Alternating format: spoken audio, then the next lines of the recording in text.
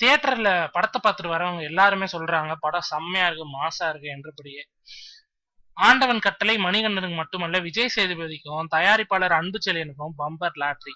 இதுக்கப்புறம் விஜய் சேதுபதி தன் சம்பளத்தை ஏற்றவும், இதை விட பெரிய ஹீரோக்கள் அப்ரோச் பண்ண அன்பு செழியனுக்கு தைரியம் வரவும் பாலமாக அமைந்த படம் அல்லவா.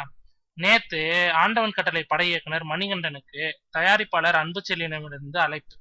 படம் வெளியாவதற்கு முன்பு வரை ஆண்டவன் கட்டளை பாடல் விஷயத்தில் இருவருக்கும் ஒரு நூலிலை அளவுக்கு விரிசல் இருந்தது நினைவிருக்கலாம்.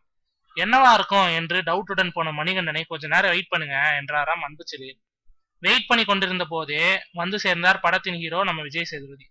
இருவருக்கும் தட்டு நிறைய பழங்களை வைத்து பாராட்டு தெரிவித்த அன்பு செழியன் தலா 10 சவரன் தங்க சங்கிலியை அவரவர் கழுத்தில் அணிவிக்க அந்த இடமே கிருஷ்ணா ஸ்வீட்ஸ் குடோன் ஆனது. காற்றிலேயே இனிப்பு வீசியது.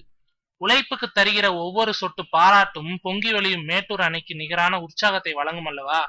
அதனால்தான் ஐயா அன்பு செழியன் அவர்களே, பாராட்டும் தங்கச்சங்கிலியும் இருவருக்கு மட்டும்தானா? இவ்வளவு அற்புதமான கதையை எழுதிய டி அருள் செழியனுக்கு இல்லையா?